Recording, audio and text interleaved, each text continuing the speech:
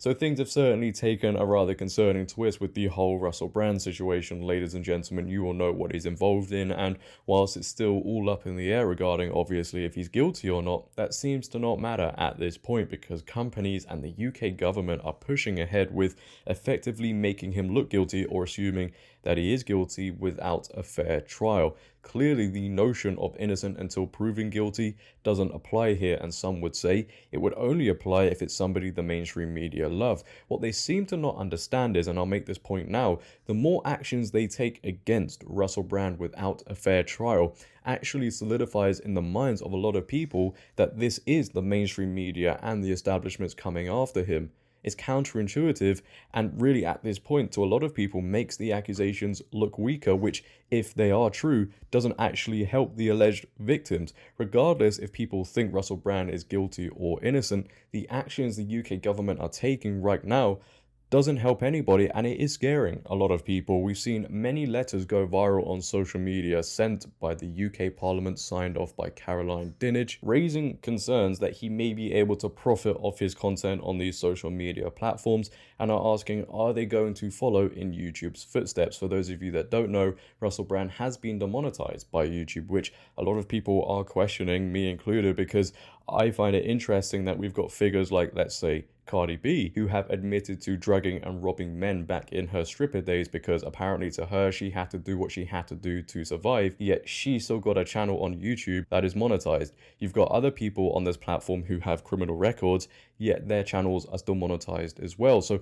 people are asking at this point, what separates Russell Brand from people like Cardi B? Perhaps she needs to start questioning the mainstream narrative and pushing conspiracy theories before the media end up coming after her, because that's what it certainly looks like, right? To me, there is a bias as to who becomes the vocal point and who doesn't. But platforms like Rumble and TikTok were sent these letters, and we'll take a look at the one that was sent to Rumble for a couple of reasons. Number one, it gives people a chance to see what was sent, get a feel for what is going on. And secondly, Rumble actually responded to the UK government, which we'll get into after we've read out this letter. Dear Chris, the CEO of Rumble, I am writing concerning the serious allegations regarding Russell Brand in the context of his being a content provider on Rumble with more than 1.4 million followers. The Culture, Media and Sport Committee is raising questions with the broadcasters and production companies who previously employed Mr. Brand to examine both the culture of the industry in the past and whether that culture still prevails today. However, we are also looking at his use of social media, including on Rumble, where he issued his preemptive response to the accusations made against him by the Sunday Times and Channel 4's dispatches. While we recognize that Rumble is not the creator of the content published by Mr. Brand, we are concerned that he may be able to profit from his content on the platform. We would be grateful if you could confirm whether Mr. Brand is able to monetize his content, including his videos relating to the serious accusations made against him. If so, we would like to know whether Rumble intends to join YouTube in suspending Mr. Brand's ability to earn money on the platform. We would also like to know what Rumble is doing to ensure that creators are not able to use the platform to undermine the welfare of victims of inappropriate and potential illegal behavior. So yeah,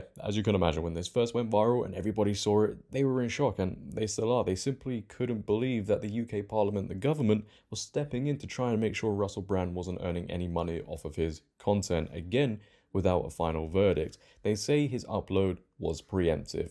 Very interesting choice of words, and I don't know how they meant for that to come across, but aren't also their actions preemptive? You're already assuming or trying to make it look like he's guilty. Very hypocritical. And if this is the actions Parliament, the government is going to take in the future, where does the line get drawn? How far does it go with future situations? So you can see why people are getting concerned, because they shouldn't be stepping in. But Rumble have responded to the UK Parliament, the government, with a post on X that goes as follows. Today we received an extremely disturbing letter from a committee chair in the UK Parliament. While Rumble obviously deplores assault in all serious crimes and believes that both alleged victims and the accused are entitled to a full and serious investigation, it is vital to note that recent allegations against Russell Brand have nothing to do with content on Rumble's platform. Just yesterday, YouTube announced that based solely on these media accusations, it was barring Mr. Brand from monetizing his video content. Rumble stands for very different values. We have devoted ourselves to the vital cause of defending a free internet, meaning an internet where no one arbitrarily dictates which ideas can or cannot be heard, or which citizens may or may may not be entitled to a platform. We regard it as deeply inappropriate and dangerous that the UK Parliament would attempt to control who is allowed to speak on our platform to earn a living from doing so. Singling out an individual and demanding his ban is even more disturbing given the absence of any connection between the allegations and his content on Rumble. We don't agree with the behavior of many Rumble creators, but we refuse to penalize them for their actions that have nothing to do with our platform. Although it may be politically and socially easier for Rumble to join a cancel culture mob, doing so would be a violation of our company's values and mission. We empathetically reject the UK Parliament's demands. Big move by Rumble, by the way, isn't it? Because